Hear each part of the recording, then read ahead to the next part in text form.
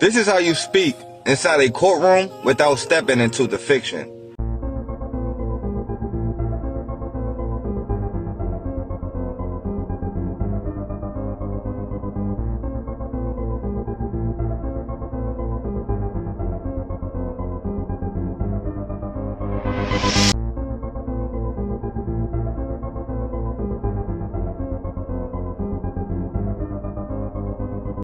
Welcome back to another episode of Lady Boss Energy, where we uplift, motivate, and inspire each other to get shit together. If you haven't already, please like, comment, and subscribe. And if you know somebody that might enjoy this video, share it with them. These videos are for entertainment purposes. I am not responsible for what you do or don't believe. It's your journey. Take what resonates and leave what doesn't. There is language. There is adult language in some of these videos. I did not edit them out because when I edited them out, it didn't sound right. And sometimes you just gotta say shit the way it is, you know? I want to give a shout out to Charles Bob Jernigan III. I think I said that right. Jernigan? Charles Bob Jernigan. Thank you for the support. Thank you for the comment. I appreciate you. So, all right, well, let's get into our affirmation. I'm going to pull from my affirmation jar again. So, what does the universe want to tell us today? So, I trust my inner wisdom. Ooh, that's a good one. Do you trust your inner wisdom? Because I do. I know that my inner wisdom comes from years and years and years of bullshit. And I'm a recovering addict. I used to be on DRUGS. I used to be. I'm not anymore. I've done a lot of things that I'm not proud of. But do I want to take them back? No, I don't. Because I needed those experiences to grow, to be who I am today. I was very selfish. I was very self-centered. I didn't care about anybody but myself. I didn't even love myself. How could I love anybody else? The harsh truth is that, you know, my kids were raised by family because I couldn't do it. I couldn't stay clean long enough to even feel the love for those babies. And I'm not saying that I didn't love my children. I love my children. I love my babies. But I didn't love myself. So how can I give love when I couldn't even give it to myself? And if I lose followers because of it, then whatever. It is what it is. You weren't meant to be my people anyways. But addiction is addiction. Whether you're addicted to sex, whether you're addicted to porn, whether you're addicted to gambling, whether you're addicted to food, it just doesn't look like addiction to what I was addicted to. And I believe it's not fair that, you know, we are judged. We are. And I get it. But I don't judge somebody that's overweight. I don't judge somebody that has a gambling problem. I don't judge somebody for that. I don't judge anybody for anything. Because it's their life, it's their journey, and they have to deal with those consequences themselves. They have to heal from those wounds themselves. We are all dealing with something that we don't talk about. And I just pray that you heal from those things. And you will. So, ain't nothing to it but to do it. Let's get straight into it. This is the people you gotta surround yourself with. You see, people that won't allow you to fall. If you're with the wrong crowd, they're gonna let you fall off. They're gonna let you slip. But if you got real ones that are with you, that are holding you down, then they're gonna do something like this. They're gonna make sure that you keep standing. They're gonna make sure that you don't slip and you don't fall. Keep the right people around you. You can't mess with somebody with parasites because that's where you can't trust them, because at that point, it's not them making certain decisions. Let me give y'all some game real quick. Peep game. So we all know that there's parasites that do exist. you can have parasites within you, right? What does a parasite do? A parasite basically just drains and destroys and looks to just use you. It's using your body as a host so it could thrive. So the same way you can have parasites within you is the same way in the outside world there's parasites that do the exact same thing. That should be another telltale sign for me. You can't mess with somebody with parasites because that's where you can't trust them, because at that point, it's not them making certain decisions. A parasite is going to do what a parasite does. So people having parasites are going to do that.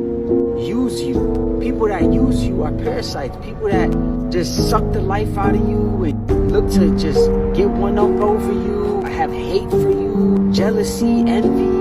All that stuff is from parasites. Thinking this from a higher perspective, I understand, oh, it's not that person. It's the parasites, aka the demons. So, it's just something where you just stay away because you know this person has parasites. On my own journey, I'm seeing me getting rid of my parasites. I'm like, everything is going good for me. My brain is healing. My productivity is 20 times better than it used to be. Yo, this is the most shocking thing I found out about becoming an adult, but most people will go to their graves never really understanding it. Nobody can hurt you without your permission. If somebody came up to you and told you that you had purple hair, and you damn well knew you didn't have purple hair, you wouldn't trip about it. But if somebody called you selfish and it got to you, it's because that self-doubt already existed inside of you. So real talk, nobody truly has the power to upset you. They did not create that insecurity. What they really did was they showed you an insecurity that was already buried deep inside of you. So yo, if you want real control, don't blame the messenger. Fix the signal that's going on inside of your own mind. Because the only person that could give an insult power is you. Yes, exactly. Everything happens when it's supposed to happen. Everything in this universe happens by law. We set targets and we need things to happen. We need something to come or someone to do something. And frequently we get frustrated because it isn't happening when we think it should happen. Our problem is we're not thinking. We believe we're in charge. We are not in charge. We are in charge of building the idea and holding the idea. Everything else happens automatic. It happens by law. All ideas have a gestation or an incubation period. I'm told when we plant a carrot in the area of the world that I live, it takes approximately 70 days for that carrot to grow and manifest in form. When the seed for the baby's planted, it takes approximately 280 days. And we're usually patient. We will wait the 280 days. Why? Because we know it's going to take approximately 280 days.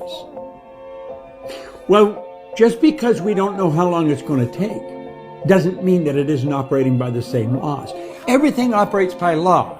So if we gain an understanding that all the ideas in our mind will ultimately move into form. That's what Andrew Carnegie taught Napoleon Hill. Carnegie was Hill's mentor. He said any idea that's held in the mind, that's emphasized, that's either feared or revered, will begin at once to clothe itself in the most convenient and appropriate form available. You might want to listen to that 2 or 3 times. Burn it into your mind. Gain an understanding of it.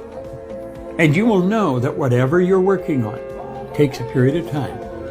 No one knows what the gestation period is for an idea. We only know we can shorten it through concentration, through focus. And when you understand that, you will become more patient. And when you're more patient, you're living in a much more beautiful vibration. You'll be a more pleasant person to be around. You will enjoy yourself more. Patience. It's the result of understanding. Ooh, thank you, Bob. Thanks, Bob. What if I can tell you that everything you want, everything you dream about already exists in the quantum field, but we are all programmed to be realistic and not dream and just work and work and work and work and eventually you get, that's not how the universe works. You have to broadcast, your emotions have to align, because you're technically just a huge magnet. So everything you dream of, everything you want is already in the quantum field, just waiting for you to broadcast it and ask the universe for it. So always dream big and always remember that everything you want is in the quantum field waiting for you. Can you give us one word, one esoteric word? He's absolutely right. But also, you have to change your mind. You have to change your thought process. So you can say, I am beautiful, right? But if you continuously allow your mind to judge yourself, then you look in the mirror. And like today, I don't wear makeup. I hardly wear makeup. And I'm like, you know what? I'm going to put some eyeshadow on today.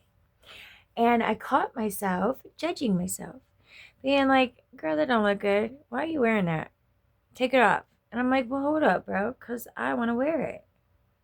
That was my inner critic telling me that it wasn't pretty. But I want to wear it. But there's a part of me that wants to tell me not to. Because it's not pretty. To who? Who's it not pretty to? To my inner critic? I don't care what my inner critic says. My inner critic can go to bed. Go to sleep. I wanted to do it. So it's changing your mind and feeling that you're beautiful. And telling that inner critic to shut up when it tries to tell you you're not. And that goes with anything in life. But he's right. He knows what he's talking about. And he's how old? You have 80-year-olds that have no idea. They've gone with the motion their whole life. And they're...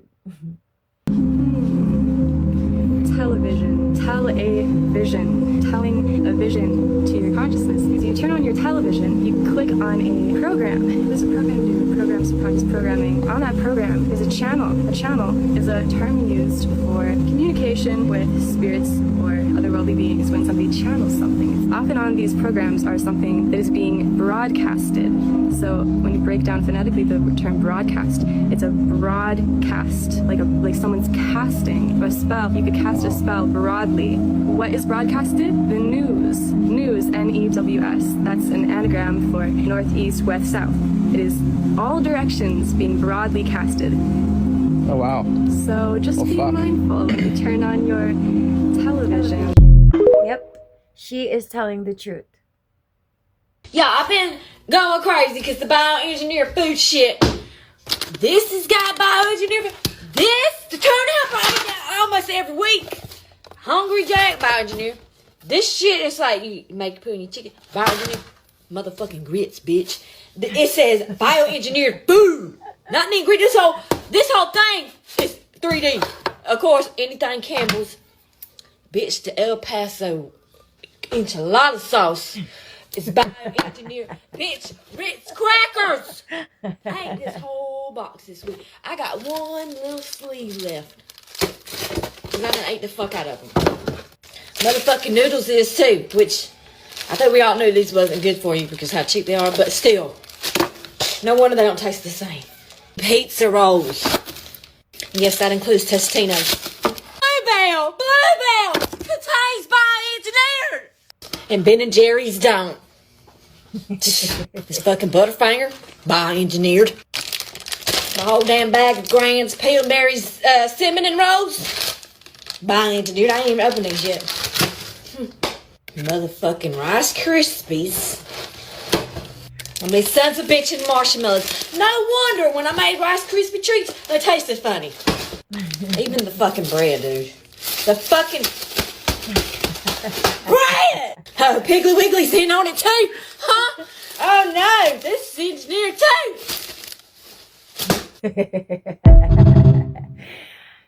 All of it. Listen, if nobody said this to you yet, I will, okay? Healing is not aesthetic. That shit is messy, all right? It is not just these soft playlists and journaling and drinking matcha and doing sunrise meditations and yoga, okay? It is realizing that you reacted from a wound and then choosing not to shame yourself for it, or crying in the shower because there is a version of you that is dying and you are terrified, but you still keep going. It's learning to look at your own patterns and then saying, I don't want to pass this on. I'm going to make this end with me. Yep. Look, it's not linear. It's not cute. It's not polished. It is raw. It is humbling. It is messy. It is holy. And the wildest part is the messiest phases are realistically the moments in which you are expanding the most.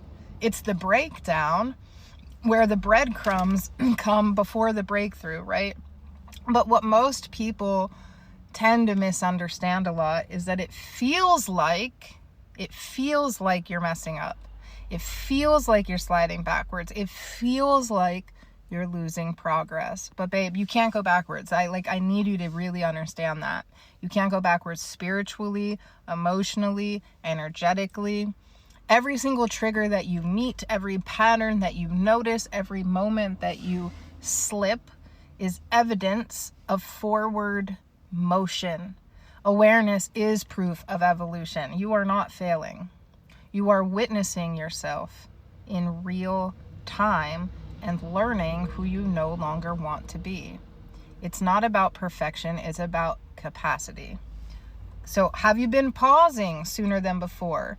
Have you been breathing instead of exploding?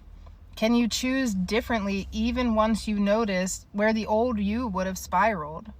That is emotional maturity and safety and growth. Not perfection, pattern interruption, not shame, self-understanding, not self-abandonment, self-respect. So if you are in a season where everything feels really messy, please hear this. This is actually the part where your next identity is forming. This is the part where you are shedding the version of you who couldn't hold the life that you were calling in. You're not behind. You are becoming. And if this landed, then comment that you're choosing growth. It helps your brain to anchor it into your reality even more. And if you want to walk this path with people who understand healing in a real and grounded and sacred way, then my community is where we do the deep work together. It's on my page. Check us out. You do not have to do this alone, babe. You don't. I love you. Progress over perfection. You are not 4 wrong. years of stacking small wins in 60 fucking seconds. Let's fucking do it. Number one, I learned small wins don't feel sexy. They feel fucking boring.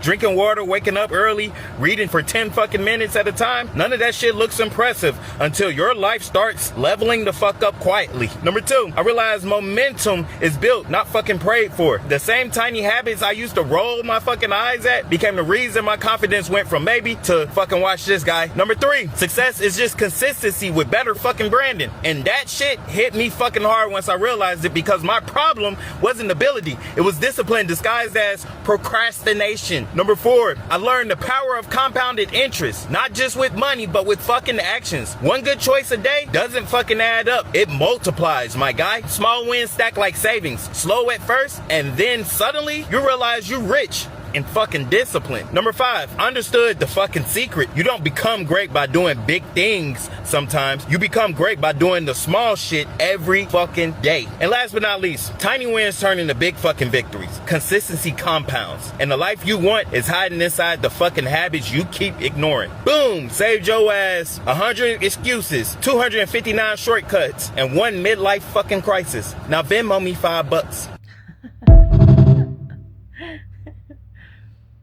People kill in the name of God every day and call it holy. Damn, bro, you really doing this again? I have to. Somebody has to say it.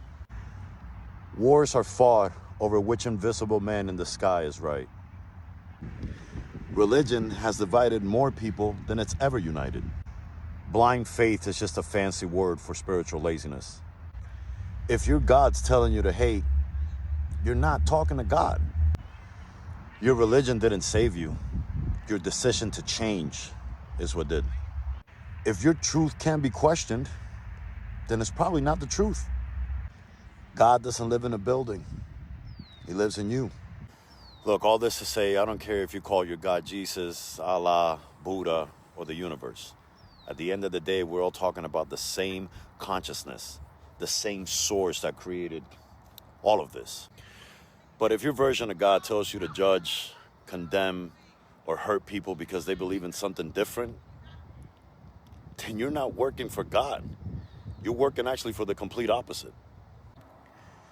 Religion should be a tool to help you become a better person, to find peace within, to overcome struggles, to live in love. And if that's what it's done for you, I fully, wholeheartedly support it. But the moment it becomes about division or I'm better than you, that's ego. That's not divinity. God lives in all of us, and we live in God. The name you use to call him is just language. The truth is unity. The truth is love. And anything that pulls you away from that isn't God at all. So remember, the goal is to leave everyone better than we found them. And it starts with you. Namaste. Namaste, brother. Namaste. They don't want you to know this. Contracts can be broken. Even the ones sealed with sigils, even the ones you signed without knowing the true cost. When you put your name on paper, they embed hidden symbols that harvest your energy. But here's the truth. You're a divine. Your soul cannot be owned, and what you did not consciously consent to cannot bind you once you awaken. How do you break it? With intention, with word, with embodiment. Speak it out loud. I revoke any contract made in ignorance. I reclaim my energy, my creativity, my soul. What was taken without consent is null and void. Then move in alignment. Stop feeding the system your worship, your fear, your silence. Every step you take in truth severs the cord. They use witchcraft to bind, but you are the original magic. The power is already in your DNA. This is how you speak inside a courtroom without stepping into the fiction. You say, is this a court of record? They don't want it to be. Who is the injured party? There is none. It's the prosecutor making a verified claim under penalty of perjury. He won't. I object. I require the fiduciary to identify the trust and state their claim. They cannot proceed because now, no verified claim, no injured party, no contract, no jurisdiction. Trustee liability activated. Game over. That was some good information. They've been watching us since the beginning of Earth to see what we're doing.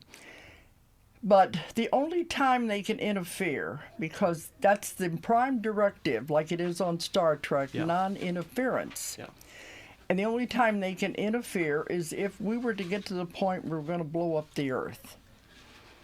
Then they have to stop it because it would cause reverberations throughout the galaxy, so they can't allow that. So they've been watching us, and we got to the time of the atomic bomb in 1945, and they said, we better get down there and see what these kids are playing with, because they said we were not supposed to have atomic power yet. We were not supposed to get it until we were going to use it for good. Instead, we turned it into a weapon. So they said these kids don't know how to use this. They don't even know how to take care of their own lives. They just came through this horrible World War II. They will destroy the planet. So they came up with a brilliant idea. They can't interfere and come and say, stop it, because that's interference. They came up with a brilliant idea. They said, let's put out the call for volunteers. Pure souls who have never been on Earth, who have never been caught up in the karmic wheel. They're the ones who can bring in the energy to help save the world. And that's what the volunteers are. And I found the 3 waves. I wanted to hear her keep going. You know what's crazy, right? Most people live their entire lives backwards. They think life works like this. Have, do, be. They say, once I have the money, I'll start that business. Once I have the time, I'll start working on myself. Once I have the right people around me, I'll become successful. But that's the lie society programmed us to believe. The real formula is the complete opposite. It's be, do, have. You have to be the person first before you see the results. You got to be confident, be disciplined, be that version of you who already has it. Because when you become that person internally, you start doing the things that person does naturally. And that's when you'll have what that person has, right? So you don't attract what you want. You attract who you are. So stop waiting for something outside of you to change. You got to start embodying that version of you that already lives the life you want. So when you shift from have, do, be to be, do, have, everything changes.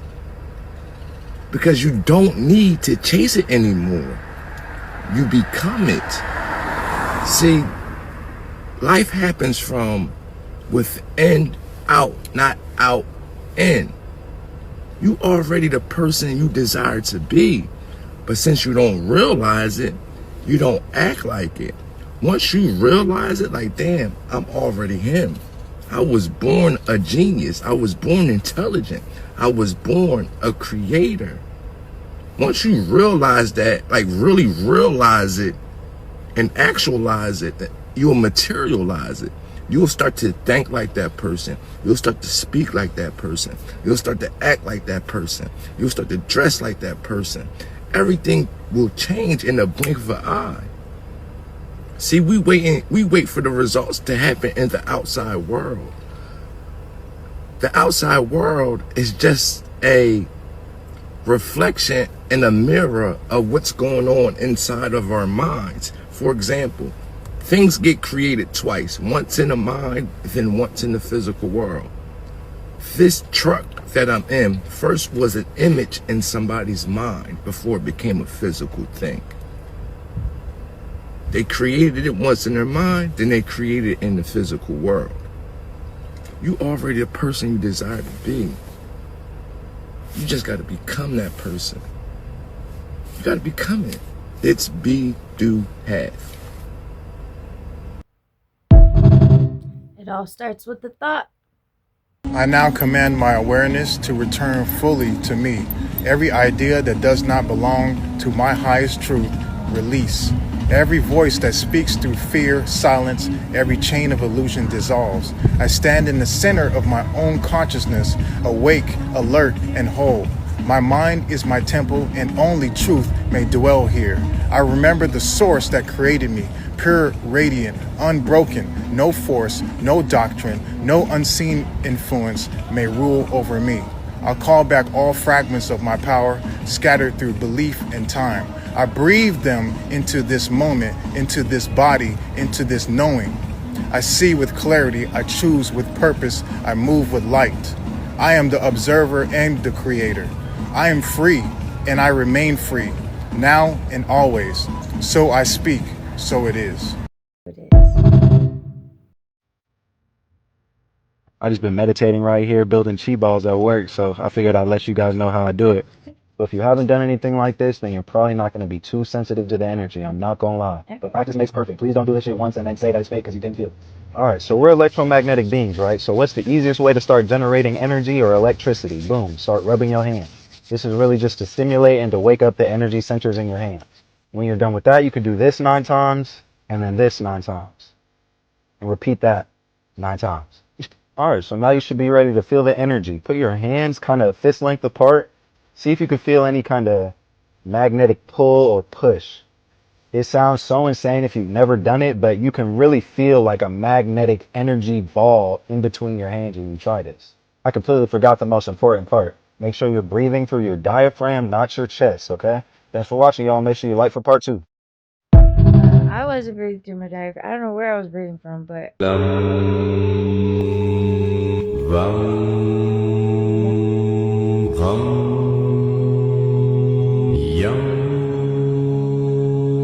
Hum, ah.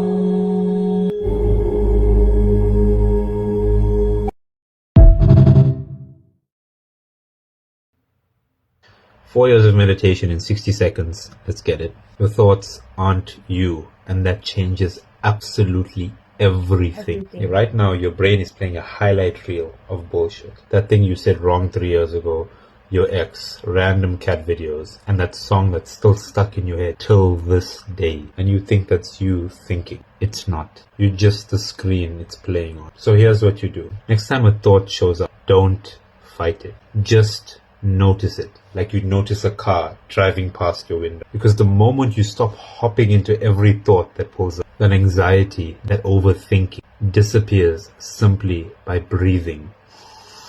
3 seconds in, 3 seconds out. Not because it's zen, because it reminds your brain who's actually in control. You are, not the noise. I just saved you from 3 panic attacks and 1 midlife crisis. You owe me $70 for chow. Now go use it. Talking about it's demonic to be talking to spirits. Bitch, you was just talking to Jesus.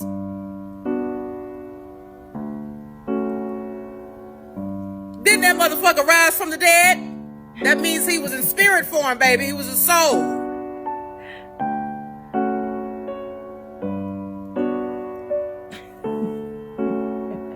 You talking to spirits too, motherfucker. I mean, we doing the same thing. I'm aware of who I'm talking to.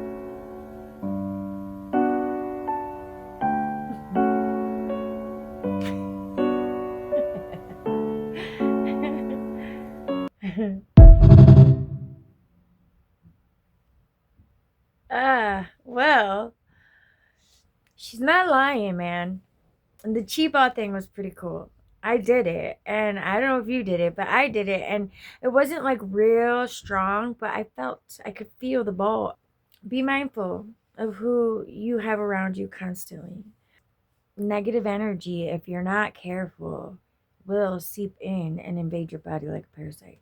All of it will. Negativity, doubt, fear, anxiety, stress, worry, all those things. They're parasites that feed in our mind and then turn into physicalness and then affects our body. It starts in the mind first, though. Like you're just sitting there chilling and then you notice that you're feeling this certain way. Think back to what you were just thinking about, because it's a thought. A thought made you feel that way. We are in control of our thoughts. Our thoughts are not in control of us. Okay? It's a practice, man. It takes practice, and you got to do it daily. It's something that's got to be done daily. You got to be mindful of your thoughts and the things that you're allowing yourself to feel. We're human. We're going to make mistakes. It's okay. Don't beat yourself up over it. Just pick yourself up and keep going. But be mindful of the thoughts that you allow to creep in your mind. I tend to do things impulsively. I would do things impulsively, and then I will sit there for the next 48 hours dwelling on what I did because I did it out of the act of an impulse. I'm learning not to act in impulse. I've been impulsive my whole life. It's not going to change overnight. Just keep working at it. Keep picking yourself up. Keep rising above whatever it is that you did and move on. It's this simple. But I will tell you this. If you truly love somebody, you're not going to do something to hurt them. So if you're in a relationship and you're doing things to hurt that person, it's not okay to hurt somebody else. It's not okay, even in a friendship. Stop doing it. I love you. And you're going to be all right. You're going to get through this. You will. I know you will. Because I did. Thank you for tuning in to Lady Boss Energy, where we uplift, motivate, and inspire each other to get our shit together. If you haven't already, please like, comment, and subscribe. And if you know somebody who needs to see this or you think would enjoy seeing this, share it with them. I hope that you have an amazing 24 and the best 7 yet. And I pray that divine radiates love and kindness and compassion and abundance and peace and joy and all the things over your life today, tomorrow, and forever. To see you on the next one. I love you.